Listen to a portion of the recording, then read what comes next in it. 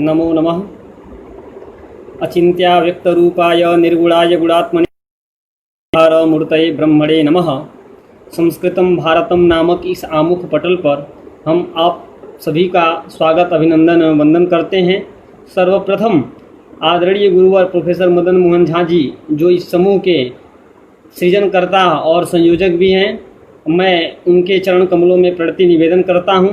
विगत 3 वर्षों से यह अनवरत ज्ञान प्रवाह इस समूह में आमुख पटल पे चल रहा है और इसमें अन्य देश के हरेक शिक्षाविद, ज्ञानविद, वयोवृद्ध, ज्ञानवृद्ध और अन्य शास्त्रों के ज्ञाताओं ने इस पर अपना वक्तव्य दिया है, सभी को संबोधित किया है और इस क्रम में आदरणीय गुरुवर का आशीर्वाद हम पर प्राप्त होता रहा। मैं भी जो है आप सभी के समक्ष ज्योतिष शास्त्र के अन्य विषयों पर उपस्थित होता रहा हूं। पिछली बार हमने कहा था कि अगली बार मैं जब भी आऊँगा एक नए विषय को लेकर के आप सभी के समक्ष समुपस्थित होऊंगा और इसी कड़ी में आज मैं डॉक्टर अश्विनी पांडे मैं आप सभी के समक्ष संप्रति वास्तुशास्त्र की उपयोगिता विषय पर अपना वक्तव्य देने के लिए समुपस्थित हूँ। वस्तुतः वास्तुशास्त्र का जब नाम आता है तो सर्वप्रथम हम वास्तुशास्त्र को समझने का प्रयास करते हैं कि वास्तुशास्त्र है क्या। वस निवसने धातु से वास्तुशास्त्र की उत्पत्ति होती है। इस संपूर्ण चराचर जगत में या ये कहिए कि चतुर्दश भुवन तक कहीं भी यदि हम प्रवेश करने का बात करते हैं, कहीं भी हम निवास करते हैं तो वह वास्तु के नाम से आख्यायित होगा। जहाँ भी हम जो है निवास का स्थान मानते हैं वहाँ वास्तु की परिकल्पना होगी। सर्वप्रथम वास्तुशास्त्र हमारे भारतीय संस्कृत वाङ्मय में या हमारी भारतीय ज्ञान परंपरा में क्या स्थान रखता है, इसकी हमें चर्चा करना आवश्यक लगता है। भारतीय ज्ञान परंपरा में ज्ञान को 2 भागों में बांटा गया है, एक विद्या और दूसरी अविद्या। अविद्या मृत्युम तीर्त्वा विद्या मृतमश्नुते। अविद्या के द्वारा मृत्यु को पार करके, मृत्यु अर्थात इस संसार के भय से पार होकर के विद्या के द्वारा अमृत तत्व की प्राप्ति करना, यह ज्ञान की परम सत्ता को स्वीकृत करती है। और ज्ञानेन मुक्ति, ज्ञान के द्वारा इस जातस्य ही ध्रुव मृत्यु ध्रुवो जन्म मृतस्य च, इस नियम से पार हो जाना, यह हमारी एक परिकल्पना है भारतीय दर्शन की और ऐसा होता भी है। बात जब हम अविद्या की आरंभ में करते हैं तो जितने भी संसाधन हमको उपलब्ध होते हैं इस मर्त्यलोक में, इस भूमि पर, वो सभी अविद्या में आकर के परिगणित हो जाते हैं। और अविद्या के बाद जो है अविद्या मृत्युम तीर्त्वा, मृत्यु तत्वों को पार करते हुए, मृत्यु को पार करते हुए जब विद्या की बात करते हैं तो भारतीय दर्शन में 14 विद्याओं की परिकल्पना स्पष्ट रूप से परिगणित है। 14 विद्याओं में अंगानि वेदास चत्वारो मीमांसा न्याय विस्तरः धर्मशास्त्रम पुराणम च विद्या चतुर्दश स्मृतः। ये 14 विद्याएं हैं। 4 वेद, वेद के 6 अंग और पुराण, न्याय, मीमांसा और धर्मशास्त्र, ये 14 विद्याओं की परिकल्पनाएं आती हैं। महिम्न स्तोत्र की टीका करते हुए मधुसूदन सरस्वती जो लिखते हैं, वो लिखते हैं विद्या अष्टादश स्मृता। उन्होंने अष्टादश विद्या की परिकल्पना की। उसमें लिखते हैं आयुर्वेदो धनुर्वेदो गंधर्वश्चेत्यनुक्रमात् स्थापत्यम। 5वां उपवेद, 4था उपवेद जो है स्थापत्य वेद को मानते हैं। यदि स्थापत्य, श्रीमद् भागवत में भी यह वचन हमें प्राप्त होता है कि स्थापत्य ही चतुर्थ वेद है, चतुर्थ उपवेद है। अथर्ववेद का उपवेद स्थापत्य वेद को मानते हैं। किसी शास्त्रों में 4था उपवेद जो है अर्थशास्त्र को माने। खैर, इसमें कोई बहुत विवाद का विषय नहीं है, इसलिए हम अपने मूल विषय पर आते हैं। तो जो स्थापत्य वेद है वह अपने आप में स्वतः ही एक स्वतंत्र सत्ता रखता है और अपनी एक स्वतंत्र सत्ता रखने के कारण जो यह स्थापत्य वेद है, इसमें जो है ऐसी बहुत सी चीज़ें हैं। वर्तमान का जो है आप भूगर्भ विज्ञान से लेकर के और अंतरिक्ष विज्ञान तक की भी चर्चाएं इसके द्वारा आप कर सकते हैं। देवालय निर्माण हो, प्रासाद निर्माण हो, राजभवन का निर्माण हो, या ये कहिए कि वर्तमान समय में सांसद भवन का निर्माण हो, बहुमंजिला गगनचुंबी इमारतों का निर्माण हो, जलाशय का निर्माण करना हो, भूगर्भ की खनन करना हो, या गृह का, देवालय का, जलाशय का निर्माण अगर हमें करना हो, तो ऐसी स्थिति में हम जो है वास्तुशास्त्र के शरण में आना होगा। वास्तुशास्त्र को ज्योतिष का उपांग भी माना जाता है, इसलिए माना जाता है कि ज्योतिष शास्त्र के बिना वास्तुशास्त्र की सिद्धि नहीं हो पाती है। वस्तुतः एक शास्त्र स्वतः एक शास्त्र है फिर भी जितना सन्निकट या ज्योतिष शास्त्र के द्वारा ही यह पल्लवित पुष्पित होता है। वास्तुशास्त्र में जो हम आरंभ में गृह निर्माण से लेकर के गृह में वसने के, नगर में वसने से लेकर के गृह प्रवेश तक की जितनी भी प्रक्रियाएं हैं, ये सारे जो है ज्योतिष शास्त्र के अंतर्गत समाहित हो जाते हैं। इसलिए ज्योतिष शास्त्र के उपांग में वास्तुशास्त्र को मानना चाहिए। अब आती है बात वास्तुशास्त्र के उद्भव की। वास्तुशास्त्र का थोड़ा सा हम इतिहास चर्चा करेंगे, क्योंकि जो है इतिहास भी जानना हमें जरूरी है। सृष्टि के आरंभ में जिस समय सर्वत्र अंधकार विद्यमान था, या ये कहिए कि जो है सृष्टि के निर्माण में जिस समय परम ब्रह्म परम पिता परमेश्वर ने सृष्टि के निर्माण की इच्छा व्यक्त की, उस समय सर्वत्र अंधकार था। वह अंधकार जो होता है असुर का पर्यायवाची होता है। अंधकार जो है तम नाम राक्षस का पर्यायवाची होता है, असुरों का पर्यायवाची होता है। और अंधकासुर से हजारों वर्षों तक युद्ध चला, अर्थात अंधकार को भगाने के लिए प्रकाशमय शिव तत्व ने, भगवान शिव ने युद्ध किया।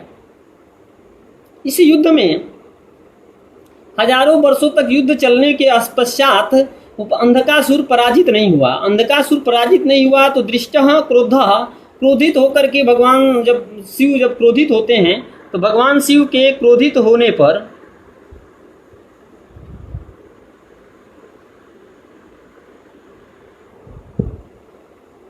भगवान शिव के क्रोधित होने पर उनके पसीने से एक देवत्व उत्पन्न होता है, और वह जो है सर्वत्र संपूर्ण रूप से उस अंधकासुर का नाश करता है। अंधकासुर का नाश तो कर देता है, लेकिन चूंकि वह इतना विशाल होता है कि संपूर्ण पृथ्वी को वह ढक लेता है। और संपूर्ण पृथ्वी को ढक लेने के कारण सभी देवी देवता जो है, सभी देवता मिलकर के भगवान परमपिता परमेश्वर के पास जाते हैं और वो आदेश देते हैं कि इसको उल्टे मुंह लटका दिया जाए, इसको उल्टे मुंह पृथ्वी पर आप लोग पटक दीजिए। सभी देवता मिल करके 81 अंगों को उसको पकड़ करके जहाँ तहाँ जो है ले करके बैठ जाते हैं उल्टे मुंह।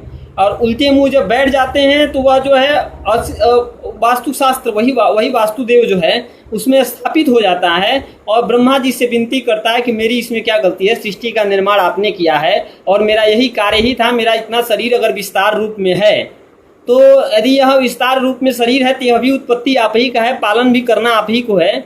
ब्रह्मा उसे सांत्वना देते हैं और कहते हैं कि जो है तुम जो है आज के बाद से वास्तु के नाम से आख्यायित होगे, और जो भी व्यक्ति इस पृथ्वी पर कुछ भी निर्माण करने आएगा वह तुम्हारा पहले पूजन करेगा और वही तुम्हारा जो है भोजन होगा। तो उसकी भी भोजन की व्यवस्था होती है। यह तो एक पौराणिक आख्यान रहा। इसको थोड़ा सा हम वैज्ञानिक दृष्टि से अगर समझने का प्रयास करें तो हम देखें, थोड़ा सा विचार करते हैं, तो शिव जो तत्व है वह सत्व गुण है, और सत्व गुण जो है प्रकाश में ज्ञान रूपी है। और देखिए, कहीं भी ज्ञान लाने के लिए, प्रकाश लाने के लिए ही हमें प्रयास करना होता है। लेकिन यदि हम बात अंधकार की करें तो जितने प्रयास, मतलब वर्तमान में देखिए हमारे अगल बगल भी बिजली चल रही है, अच्छा प्रकाश दिखाई दे रहा है, जितना प्रयास इसके लिए किया गया है इससे थोड़ा भी प्रयास न किया जाए तो अंधकार स्वतः ही आ जाता है। तो वह अंधकासुर रहा। शिव जो परम तत्व कल्याणकारी रहे, वह पृथ्वी पे निर्माण के लिए, भू भवन इत्यादि निर्माण के लिए, उसको हराने के लिए अथक प्रयास किए। कई हजारों वर्षों तक युद्ध किए, या ये कहिए कि कई हजार वर्षों तक ज्ञान का प्रसार किए, जिसके चलते जो है सर्वत्र इस तरह की तकनीक हमारे पास प्रतिपादित हुई, हम लोगों को जो है प्राप्त हुआ। और इस ज्ञान परंपरा के अनुसार हमें जो है वास्तुशास्त्र का भी ज्ञान हुआ। अब आते हैं हम वास्तुशास्त्र में। तो वास्तुशास्त्र में जो है देवालय, जलाशय और गृहालय, ये 3 चीज़ों का जो है मुख्य रूप से हमें जो है मानव जीवन में आवश्यकता है। तो वास्तुशास्त्र का जो गृहालय है, गृह का जो प्रसंग है, गृह क्यों निर्माण करना चाहिए, सबसे पहले तो यही प्रसंग आएगा, क्योंकि जो है अप्रयोजन मनुदिश्य न मंदोपि प्रवर्तते, यह शास्त्र का नियम है। तो सर्वप्रथम गृह का लक्षण क्या है कि गृहस्थस्य क्रियाः सर्वाः न सिद्ध्यन्ति गृहं विना यतः तस्य तस्मात् गृहारंभ प्रवेश समयो ब्रुवे। कह रहे हैं कि जो है गृहस्थ के क्रिया जो है बिना गृह के, गृहस्थ आश्रम में प्रवेशी व्यक्ति का कोई भी कार्य बिना गृह के संपन्न नहीं हो पाता है। इसलिए गृहस्थ गृह निर्माण और प्रवेश का समय हमें जानना चाहिए। एक बात और आती है कि घर तो कोई और भी वर्तमान समय में तो सभी के पास घर है, हम किराए पर भी घर में रह सकते हैं या ऐसे भी रह सकते हैं, तो इसका भी निषेध कर किए हैं। और लिखे हैं परगृहे कृता सर्वा सौतस मार्तक क्रिया शुभा निष्फला स्यूर यतः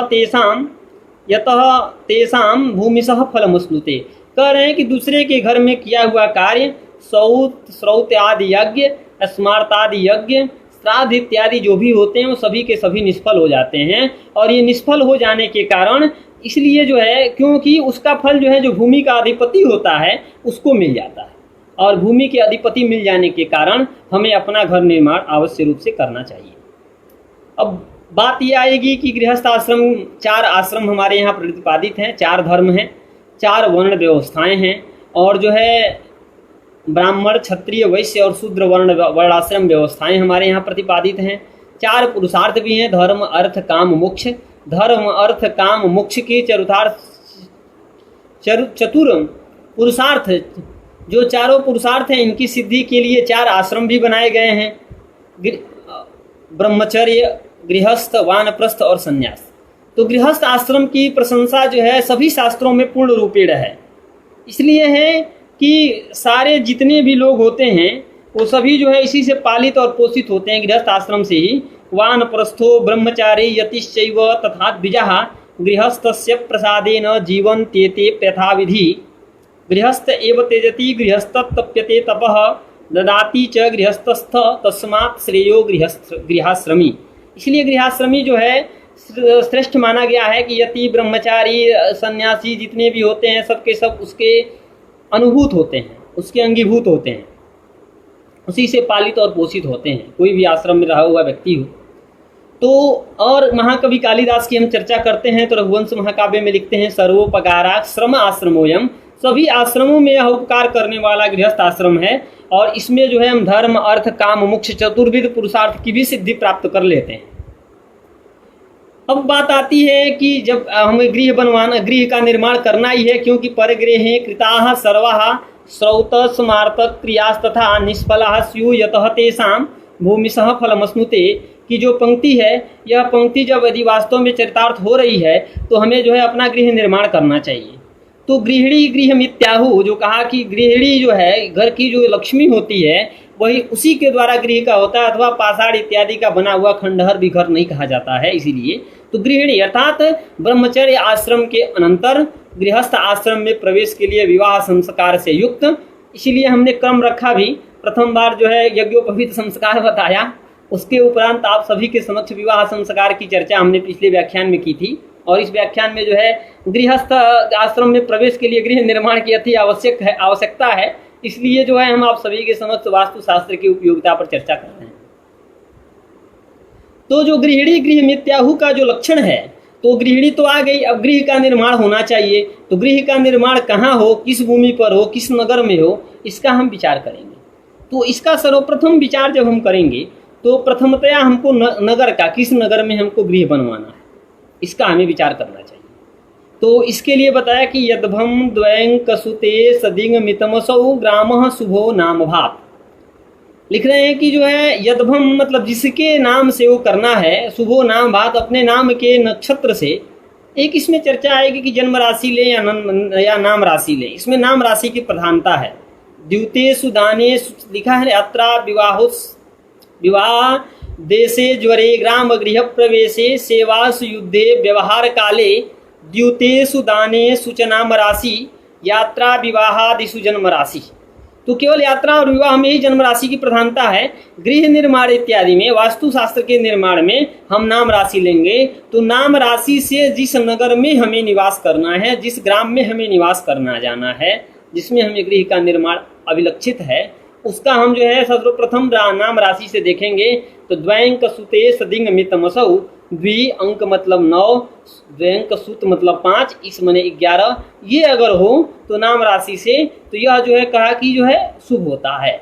ऐसे में हमें द्वयंक सूते सदिंग मने 10वां, 10, 11, 2, 5 हो तो 9, 10, 11 और 2, 5 हो तो हम जो है वहाँ पर गृह निर्माण करना चाहिए।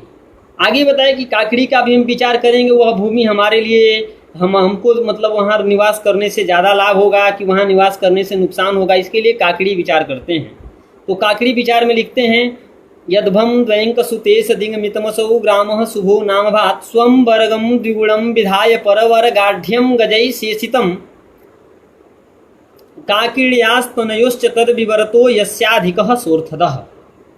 कहते हैं कि जिस ग्राम में हमें निवास करना है उस ग्राम के नाम अक चट तप यस वर्गा, 8 जो वर्ग हैं अ क च ट त प य और स, ये जो 8 वर्ग हैं, इस 8 वर्गों के हिसाब से जिसका भी हमें काकड़ी जानना है तो अपने नाम से उस नगर का जहाँ पे हम निवास कर रहे हैं, उस कॉलोनी का, उस गांव का जो है गणना करेंगे और कहे कि जो है उसको गणना स्वयं वर्गम द्विगुणम कृत्वा, अपने वर्ग को 2 से गुणा कर दीजिए और पर वर्गम योजयेत, उसके वर्ग को जोड़ दीजिए, ग्राम के वर्ग को जोड़ दीजिए और 8 से भाग दे दीजिए, जो शेष बचेगा वह आपकी काकड़ी हो गई। पुनः इसके विपरीत करिए, गांव के वर्ग को 2 से गुणा कर दीजिए, अपने वर्ग की संख्या को जोड़ दीजिए, 8 से भाग दे दीजिए, जो आया वह उस ग्राम की काकड़ी हो गई। यस्याधिकः सोर्थदः, जो अधिक होगा वह धन देने वाला होगा। तो जो अधिक होगा, इसका अभिप्राय यह है, कई लोग इसके अर्थों में भी थोड़ा सा विविधता ला देते हैं।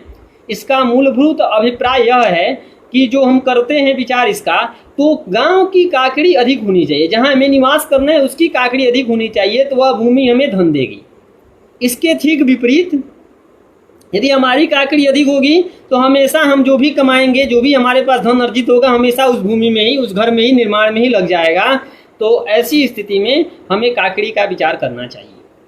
काकड़ी का जब हम विचार कर लेंगे तो काकड़ी के अनुसार पहले जो हमने नाम राशि से देख लिया, उसके बाद हमने काकड़ी से विचार किया। काकड़ी के विचार के बाद जो है वह हमें भूमि जो है हमारे लिए, वह भूमि जो है वह गांव जो है शुभ हो गया। अब वहाँ हमें जो है भूमि का परीक्षण करना है। तो इसमें जो है बता रहे हैं कि जो है क्या क्या विचार करना है। तो बता रहे हैं ग्रामादेर अनुकूलत्वम दिशो भूत ग्रहस्य च गृह धृष्णादिकम शुद्धम वीक्षाव्यय अयनांशकान सुगेहम रचयेत धीमान वास्तु शास्त्रानुसारता। पहले ग्राम की अनुकूलता, फिर दिशाओं की अनुकूलता देखते हैं। दिशाओं की अनुकूलता में बता रहे हैं अथ द्वारम द्विजन विश्व शूद्र निपरासीनाम हितम पूर्वतः। पूर्वादि दिशाओं में बता दीजिए। राशि से लेंगे द्विजा झसा लिकर कटा ततो नृपा विशुद्धिजा वरस्य वर्ण, जो वाक्य है द्विजा झसा लिकर कटा, कर्क वृश्चिक और मीन जो राशि है वह ब्राह्मण वर्ण की राशि है, और सिंह धनु और मेष राशि जो है क्षत्रिय वर्ण की राशि है। ये पूर्वादि दिशाओं में क्रम से इनको जो है निवास करना चाहिए। अथ द्वारम द्विज वैश्व शूद्र नृपरासीनाम हितम पूर्वतः। द्विज जो है ब्राह्मण जो है, ब्राह्मण वर्ण की जो राशि होगी पूर्वादि दिशाओं में क्रम से इसका वास का विचार करना चाहिए। अब बता रहे हैं कि जो है ग्रामादेर अनुकूलत्वम दिशो भूत ग्रहस्य च, उसके बाद भूमि की अनुकूलता, तत्पश्चात पिंड आय वार आदि इत्यादि का नक्षत्रानुसार शास्त्रानुसार विचार करना चाहिए। तो बता रहे हैं एक विधि बता रहे हैं, वास्तुराज वल्लभ जो है ज्योतिष शास्त्र की एक, वास्तुशास्त्र की एक अच्छी पुस्तक है, उसमें बता रहे हैं आदौ भूमि परीक्षणम शुभदिने पश्चात च वास्तवर्चनम भूमेः शोधनकम ततोपि विधिवत्तकम पश्चात वेश्मसुरालयादि रचनार्थम पाद संस्थापनम कार्यम लग्न शशांक शाकुनबलै श्रेष्ठे दिने धीमता। इस वाक्य की हम थोड़ी सी चर्चा करते हैं। आदौ भूमि परीक्षणम, सर्वप्रथम जो है हमें भूमि का परीक्षण करना चाहिए। अब भूमि का परीक्षण कैसे होगा, तो भूमि के परीक्षण के लिए बता रहे हैं कि कई जो है चीज़ों को बता रहे हैं। एक तो बता रहे हैं कि जो है वह भूमि जो है शल्य इत्यादि से रहित होनी चाहिए, तो शल्यादि ज्ञान हमें होना चाहिए। शल्य इत्यादि ज्ञान की विधि जो है शास्त्रों में प्रतिपादित है। हम सभी विषयों पर चर्चा अगर करेंगे तो समय की जो है बहुत अधिकता हो जाएगी और हम सभी विषयों पर चर्चा नहीं कर पाएंगे। इसलिए जो है मूल सूत्रों को और मूल विषयों पर आप सभी के समक्ष जो है रखना चाहते हैं। तो आकारादिषु वर्गेषु दिक्षु पूर्वादितः क्रमात् गृध्ध मार्जार सिंहा स्व सर्पाखुम मृगशासकाः दृगवर्गाणां यमयोनि स्ववर्गात् पंचमो रिपुः इत्यादि के प्राच्याम दिशि प्रश्न नरशल्यम तदा बदेत इत्यादि के द्वारा शल्य की विधि, शल्य उस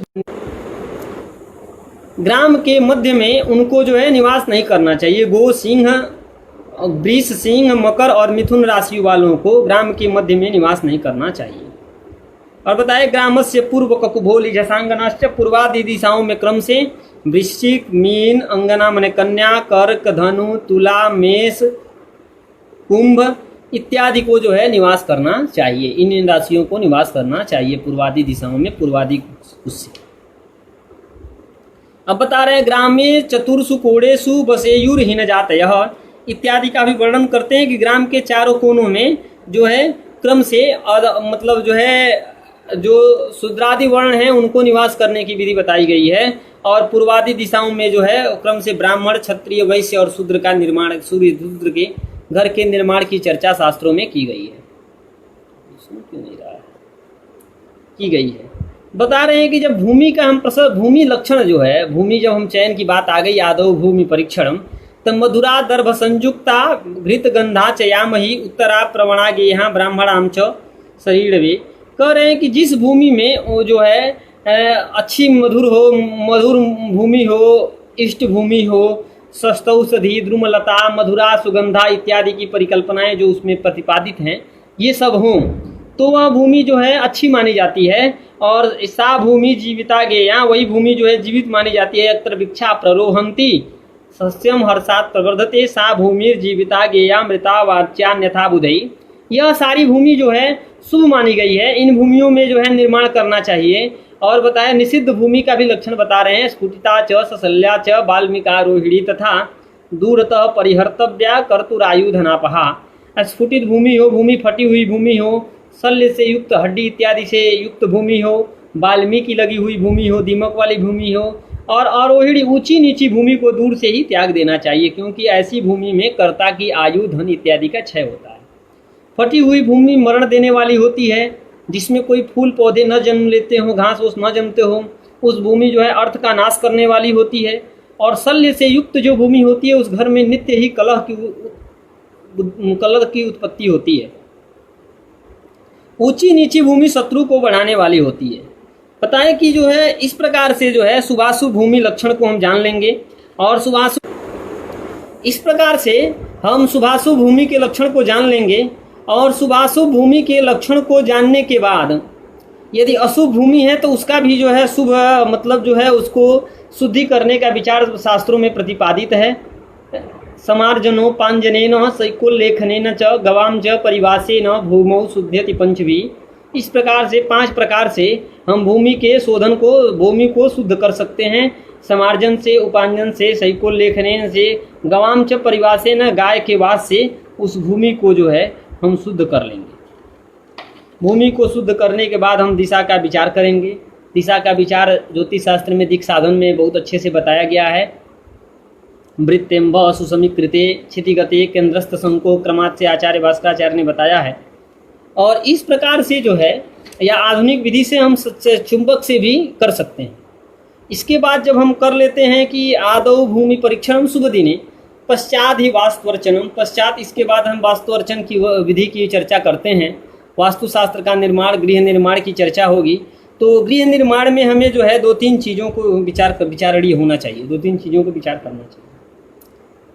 जो आचार्य रामदैवज्ञ की जब चर्चा करते हैं तो सर्वप्रथम पिंड साधन की चर्चा करते हैं। पिंड साधन की जब वो चर्चा करते हैं तो पिंड साधन में उन्होंने चर्चा करते समय कहा है, हाथ की चर्चा होती है कि हाथ से नापने की बात आती है। तो हाथ से जो नापने की विधि है उसमें आया कि स्वामी हस्त प्रमाणेन ज्येष्ठ पत्नी करेण वा।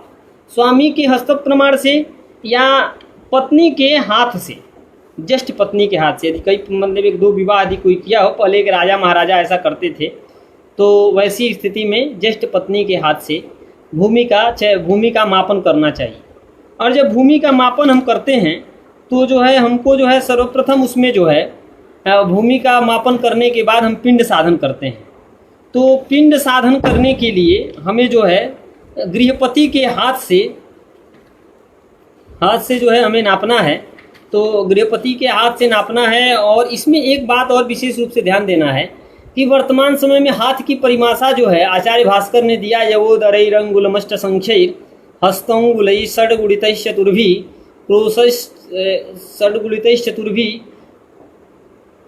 हस्तैश्चतुर्भिर्भवति दंडः क्रोशः सहस्रः द्वितीयेन तेषाम। जो हाथ की परिभाषा थी है उसको नापने में हमको कहीं ना कहीं यदा कदा दिक्कत हो सकती है। इसलिए जो है हम वर्तमान में फुट की गणना से, जिस व्यक्ति का हमें गणना करना है, जिस व्यक्ति के हाथ से हमें नापना है, उसको उसके हाथ को हम इंच में बदल लें, फुट में बदल लें और उसके द्वारा जो है हम पिंड साधन करें तो थोड़ा हमें जो है सुविधा होगी। तो सुविधा जब होगी तो इसके बाद जो है हम पिंड साधन करेंगे। एको नितेष्टर छहताद्युतिथ्यो रूपो नितेष्टाय हतेन्दु नागैर युक्ता घनैश्चाप्युता विभक्ता भूपास्विभिः से समितो हि पिंडः स्वेष्टाय नक्षत्र भवोथ दैर्दहिर्त स्याद विस्तृतिहित दीर्घता। इस प्रकार से बता रहे हैं कि जो है एक और एक नक्षत्र से इत्यादि से ये पिंड साधन की विधि है। क्योंकि इस आमुख पटल पर उसको समझा पाना थोड़ा कठिन होगा कि इसके लिए जो है किताबों का हमें आश्रय लेना पड़ेगा। यह वास्तुशास्त्र के सभी पुस्तकों में आप सभी के समक्ष उपस्थित है। इसके द्वारा हम पिंड साधन करते हैं। 216 हाथ के गृह की जो है चर्चा जो है 216 हाथ जो है लंबाई और चौड़ाई मिला करके 216 स्क्वायर फीट कह लीजिए, 216 स्क्वायर हाथ कह लीजिए, इतने हाथ के गृह के निर्माण की चर्चा करते हैं। अगर इससे ज़्यादा हमारे पास भूमि है तो हम 216 हाथ और जोड़ करके उसके अनुसार हम अपनी परिकल्पना कर सकते हैं, पिंड के निर्माण की हम चर्चा कर सकते हैं। विस्तार हस्तेन विभाजितानि पिंडानि दीर्घानि भवन्ति तानि। कह रहे हैं कि जितना हमें विस्तार लेना है उसके द्वारा उससे ज़्यादा जो है हम जो है उसके विस्तार हाथ को हम पिंड से भाग दे देंगे तो लब्ध जो आएगा वो जो है दीर्घता आ जाएगी और उसके अनुसार हम वास्तु का निर्माण करेंगे। गृह निर्माण में जब हम देखते हैं तो आचार्य रामदेव के लिखते हैं वो जो गृह, जिस गृह की वो चर्चा करते हैं उस गृह की चर्चा थोड़ी सी करनी आवश्यकता है हम सभी को। वो जो गृह निर्माण की चर्चा करते हैं तो गृह निर्माण में बताते हैं कि जो है हमें जो है के पाकशाला, भोजनालय, रहने का, सोने का, नहाने का, सबका अलग अलग जो है सबकी जो है अलग अलग परिकल्पना करते हैं। और सबकी अलग अलग जब परिकल्पना करते हैं तो उसमें वो लिखते हैं तद मध्यतस्त मिथुनाज्य पुरीश विद्याभ्यासाख रौद नरतौ सद सर्वधाम। ये 16 गृह के निर्माण की जब चर्चा करते हैं तो यह हम जब विचार करते हैं तो हमें लगता है कि 16 गृह का निर्माण एक आदमी को रहने के लिए 16 गृह का निर्माण वर्तमान समय में बड़ा दुष्कर प्रतीत होता है। तो यह जो गृह निर्माण है वास्तुशास्त्र है, यह प्रसाद है। प्रसाद जो है 16 गृहों का जो निर्माण की चर्चा कर रहे हैं कि जो है स्नानाग्निपाक शयनास्त्र भुजश्च धान्य भाण्डार दैवत गृहाणि च पूर्वतः स्यूत मध्यतस्त मथनाज्य पुरीश विद्या भ्यासाख्य रौद नरतौ सद सर्वधामः। ये जो 16 गृह के निर्माण की चर्चा करते हैं तो 16 गृह का निर्माण तो अति दुष्कर हो जाएगा सामान्य व्यक्ति के लिए। संप्रति भूखंड की स्वल्पता भी है। तो ऐसी स्थिति में वर्तमान समय में आप दिल्ली बम्बे के अगर जाएंगे तो 1 BHK एक रूम का जो है वो एक रूम, बेडरूम की हॉल, किचन मिल रहा है। 2 BHK, 3 BHK, 4 BHK तक भी मिल रहा है, 5 BHK भी मिल रहा है, 1 BHK तक की स्थिति आ गई है। ऐसी स्थिति में हम जो है वास्तु का कैसे विचार करें, यह 16 कमरों का निर्माण हम कैसे कर सकते हैं। तो ऐसी स्थिति में मैं असंप्रति वास्तुशास्त्र की उपयोगिता विषय पर आप सभी के सम्मुख उपस्थित हूँ। इसलिए वर्तमान में इसकी क्या उपयोगिता हो सकती है इस विषयों पर प्रकाश डालूंगा। थोड़ा सा हम पीछे चलते हैं। इतिहास के क्रम में जब हम देखते हैं तो 2 शास्त्र हमें शास्त्रीय रूप में मूल रूप से कहिए कि ऋषि परंपरा से प्राप्त होते हैं। एक विश्वकर्म प्रकाश, दूसरा जो है मय मतम। मय मतम जो है वही मय नाम का जो असुर है जिसने जो है तपस्या करके परमपिता परमेश्वर से यह वास्तुशास्त्र का ज्ञान लिया है। मय मंदोदरी का पिता जगत प्रसिद्ध जो है असुर जो है जो रावण का ससुर है उसने जो है प्राप्त किया है। और वह मय मतम जो है दक्षिणात्य प्रणाली में गृह निर्माण की विधि को बताती है। दक्षिण के देशों में उसका प्रसिद्ध है। और विश्वकर्म प्रकाश जो है उत्तर भारत के देशों में विश्वकर्मा के अनुसार जो है आचार्य विश्वकर्मा के नियमानुसार जो है उत्तर भारत में गृह निर्माण होते हैं। और वास्तुशास्त्र का जो है स्थापत्य वेद का जो मय मतम ग्रंथ है उसके अनुसार जो है निर्माण जो होते हैं वो दक्षिण के देशों में होते हैं। एक करीब करीब 18वीं शताब्दी में यहाँ पे काशी में, वाराणसी में संपूर्णानंद संस्कृत विश्वविद्यालय की स्थापना जब हुई थी, उस समय संस्कृत कॉलेज के नाम से हुई थी। उसका जो मुख्य भवन बहुत ही चर्चा में है, ग्रीक शैली में निर्माण है, और इसको जो है मार्किन किट्टो ने जो है इसका निर्माण किया था। और निर्माण करते समय जो है उसने जो है पूर्ण रूप से उस जो है मय मतम के बहुत से सिद्धांतों को प्रतिपादित करते हुए उसने जो है इस गृह का, इस वास्तु के अनुसार इस गृह का निर्माण किया था, उस भवन का, मुख्य भवन का। वह मुख्य भवन में फिर भी जो है कुछ कमी रह गई थी। जो नीचे का जो कुर्सी था वह कुर्सी नीचे रह गया था। फिर उसने आत्महत्या कर ली, क्योंकि जो है वह संकल्प लिया था कि अगर वास्तु के नियमों के अनुसार, आर्किटेक्ट के नियमों के अनुसार कोई भी दिक्कत होगी तो जो है मैं आत्महत्या कर लूँगा। और उसने अपने बखूबी इस प्रण को पालन करते हुए, उसमें कुछ कमी उसे बाद में ज्ञात हुआ था, और ज्ञात होने के कारण उसने आत्महत्या भी कर ली थी। भारतीय वास्तुशास्त्र की ऐसी विशेषता रही है कि बिना इसको समझे हम आधुनिक मॉडर्न आर्किटेक्ट कितना भी जान लें, लेकिन हमारा जो है उसके द्वारा कल्याण होना संभव नहीं प्रतीत होता। अब हम मुख्य विषय पर बात कर रहे थे। तो ये जो विश्वकर्म प्रकाश जो है उत्तर भारत में, और मय मतम जो है दक्षिण भारत में, इसके अनुसार जो है मय क्या सिद्धांत जो है दक्षिण भारत में ज़्यादा फॉलो किया जाता है, और विश्वकर्म के अनुसार उत्तर भारत में मकान बनाए जाते हैं। मकानों के जो निर्माणों की चर्चा है वर्तमान समय में, तो हम लोग कह देते हैं कि जो है इस समय 7 मंजिला बिल्डिंग, गगनचुंबी इमारतें जो है बनी हुई हैं। और इस तरह की परिकल्पनाएं आपके यहाँ वास्तुशास्त्र में है कि नहीं है।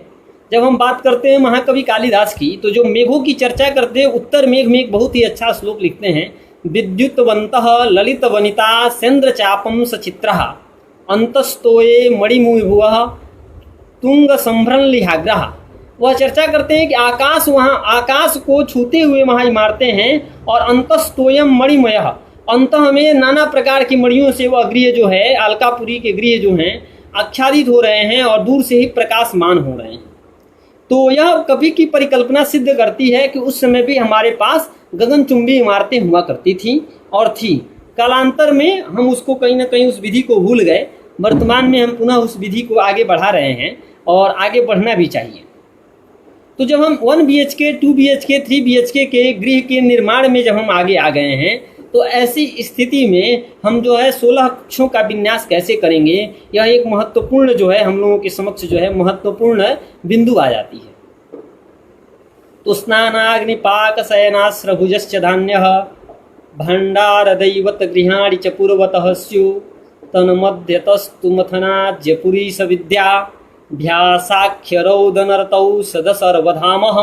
ये जो परिकल्पना है, यह थोड़ा सा विचार करें अगर, तो हमको ये लगता है कि यह विचार ये है, इसने सूत्र दिया कि यदि आपके पास यदि बनाना हो, यदि आपको ऐसे रखना है, दिशाओं की परिकल्पना करते हैं। जिस मैं कक्ष में बैठा हूँ इसमें 10 दिशाएं हैं। यदि हम इस घर से बाहर निकल जाते हैं तो इस पूरे घर की एक दिशा हो जाएगी। तो ऐसे में दिशाओं की परिकल्पना, एक कमरे में भी अगर इन चीज़ों को रखना है, हमें 16 वस्तुओं को रखना है जिनकी हमें आवश्यकता है, तो इसको हम इसी क्रम में विन्यास करेंगे। तो वर्तमान समय में हमें जो है शौचालय, एक आवासीय रूम, बेडरूम जिसको बोलते हैं, मास्टर बेडरूम आज की परिभाषा में, किचन और एक पूजन रूम। तो ये पूजन रूम पे भी हम चर्चा करेंगे। कई लोग कहेंगे कि हम लोग पूजन नहीं करते, हमको पूजन कक्ष क्यों चाहिए, इस पर भी हम चर्चा करेंगे थोड़ी सी। तो ये जो है शौचालय जो है, शौचालय का जब हम विचार करें तो ये विचार करें कि चारों, मतलब गृह के चारों कोने में किसी कोने में शौचालय न हो। यह वास्तुशास्त्र का एक नियम जो है वर्तमान समय में फॉलो होना चाहिए। दूसरा, जो हम किचन बनवाते हैं तो वह अग्निकोण में हो। तीसरा जो है, जो हम देवालय की चर्चा कर रहे हैं, जो हम गृह निर्माण की चर्चा कर रहे हैं, वह गृह जो है, गृह निर्माण में जो हम भगवान की पूजन रूम की चर्चा कर रहे हैं वह ईशान कोण में हो।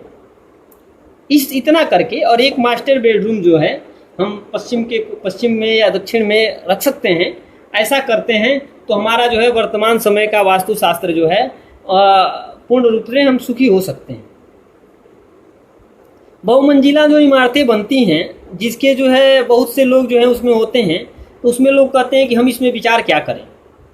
वस्तुतः क्या है कि हमारे यहाँ है भूम्यारोहण भूमितस्तदुपरि प्राग दक्षिणम सस्तते ग्रामे तुर्ध्वभवम जो आया है, भूमे तुर्ध्वभवम जो आया है, तो ये कह रहे हैं कि जो है प्रत्येक भूमि, प्रत्येक तल पर एक नई भूमि बन जाती है और उस पर विचारणीय होता है। यद्यपि उस भूमि पर पहले ही एक स्वामी हस्तप प्रमाणे ने कहा जाए तो 3.5-4 फीट से अधिक मिट्टी खोद करके बाहर निकाल दी जाती है। और इसके अनंतर जो आगे जब हम बढ़ते हैं तो आगे जब हम विचार करते हैं, देखते हैं, तो इसमें हमको 2-4 चीज़ें और मिलती हैं कि उस भूमि का तो पहले मिट्टी निकाल दिया गया तो बहुत से दोष समाप्त हो गए और उसमें जो है बहुत से लोग निवास करते हैं, बहुत से परिवार लोग एक तल पर भी निवास करते हैं। तो ऐसे में वास्तु के बहुत से नियमों को वहाँ पे फॉलो न करना कोई बहुत दोष युक्त नहीं प्रतीत होता है। एक कुछ लोग करते हैं कि किचन इधर बन गया, लैट्रिन इधर बन गया, शौचालय इधर बन गया, देवालय इधर बन गया, घर हमारा मास्टर बेडरूम इधर हो गया, तो लोग उसको तोड़ने का प्रयास करते हैं। यह निषिद्ध है, इसको तोड़ना नहीं चाहिए शास्त्रीय हिसाबों से। इसको तोड़ने की विधि को हमें जो है रोकना चाहिए। एक ये विचार। दूसरा जो है दरवाजे के सामने दरवाजा ना हो, द्वार विदित न हो, यह हमें विचार करना है। गृह निर्माण करते समय जब हम गृह का निर्माण करते हैं तो 9 भागम गृहम कृत्वा पंचभागम तो उत्तरे त्रिभागम दक्षिणे कृत्वा शेषम द्वारम प्रकल्पयित की जो द्वार परिकल्पना की जो बात है, इस द्वार परिकल्पना में हमें थोड़ा सा विचार करना है। संप्रति इतना हमारे पास भूखंड नहीं मिल पाता है कि जो है हम उतना कर पाएँ जितना होना।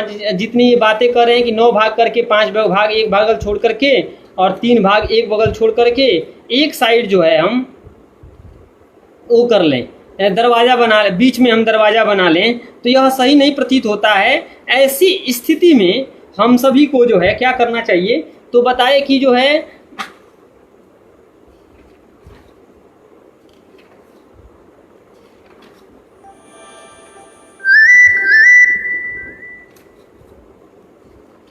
ऐसी स्थिति में हम सभी को क्या करना चाहिए, तो बताएं कि जो हमारे पास जितने हमारे पास भूमि जो मिल रही है, जो आगे मतलब जो है रोड के साइड में जो हमारे पास ज़मीन मिल रही है, उस ज़मीन में हम जो है 9 भागम गृहम कुरुवात जो आया है त्रिभागम उत्तरम दत्वा, तो बाएं मैंने उत्तर दिशा में अर्थात अपने से बाएं दिशा में जो है कम ज़मीन छोड़ें, दाएं दिशा में ज़्यादा ज़मीन छोड़ करके गृह का हम निर्माण करें, तो हमारा जो है वास्तु के अनुसार जो है वह गृह जो है द्वार जो है शुभ होगा। इसके बाद आती है चर्चा जो है, समय देखते हैं है कि नहीं। इसके बाद जो है हम फिर चर्चा आती है, तो इसके बाद एक और विचार करना है। एक और विचार करना है जो है सीढ़ी के निर्माण का। सीढ़ी के निर्माण में एक ध्यान रखना है, सीढ़ी की संख्या जो है विषम संख्या होनी चाहिए और भूम्यारोहण भूमितस्तदुपरि प्राग दक्षिणम सस्यते, प्राग मतलब पूर्व की तरफ चढ़ती हुई हो और जब मुड़े तो दाएं तरफ मुड़े, बाएं तरफ न मुड़े, दाएं तरफ मुड़ी हुई जो है शुभ होती है। और इसमें ये जब हो जाता है हमारा सीढ़ी निर्माण हो गया।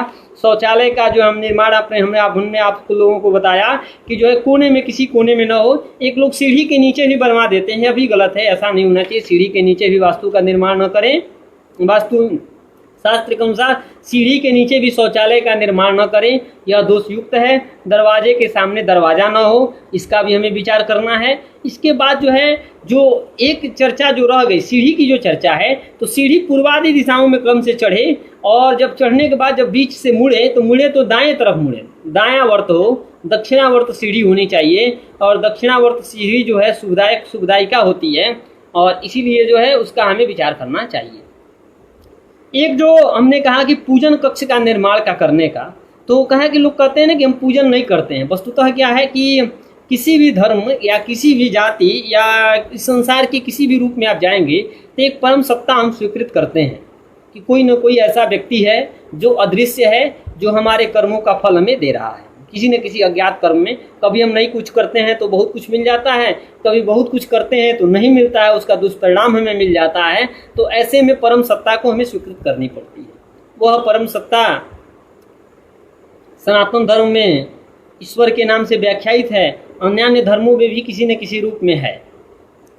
जिस भी सत्ता के रूप में है, तो जो लिखते हैं ना, साईं इतना दीजिए जामे कुटुंब समाए, मैं भी भूखा ना रहूं साधु न भूखा जाए।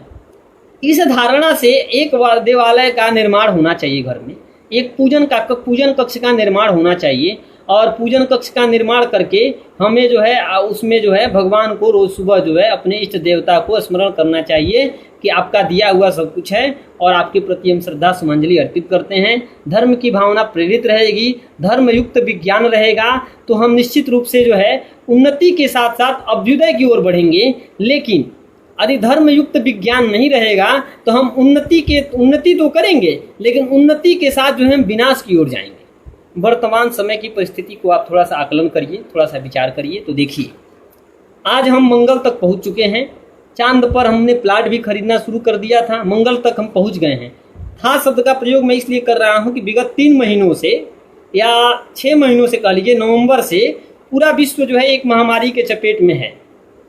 हम रॉकेट के द्वारा मंगल यान भेजे, मंगल तक पहुंच गए, चांद तक पहुंच गए, जिस चांद को हमारे यहाँ जो है ग्रह कहा जाता था। चंद्रमा जो है पृथ्वी का उपग्रह होने के कारण लोक भाषाओं में हमारी माँ जो है कहानी सुनाती थी तो चांद को माँ कहती थी, मामा कहती थी। पृथ्वी का भाई समुद्र से उत्पन्न होने के कारण जो है ऐसा माना जाता है, तो चंद्रमा को मामा कहा जाता था सन्निकट होने के कारण। तो उस पर भी हम पहुंच गए, मंगल पर पहुंच गए, कदाचित बृहस्पति पर जाने की तैयारी कर रहे थे। लेकिन एक जो ये कोरोना नामक जो वायरस आया है, जो अदृश्य वायरस कहिए, कीटाणु कहिए, विषाणु कहिए, जो आया है, इसको हम समझ नहीं पा रहे हैं। 6-7 महीने हो गए, जून महीना चल रहा है, नवंबर से अगर आया हो तो 7 महीना तो पूर्ण हो ही चुके हैं। ऐसी स्थिति में धर्मयुक्त होना चाहिए।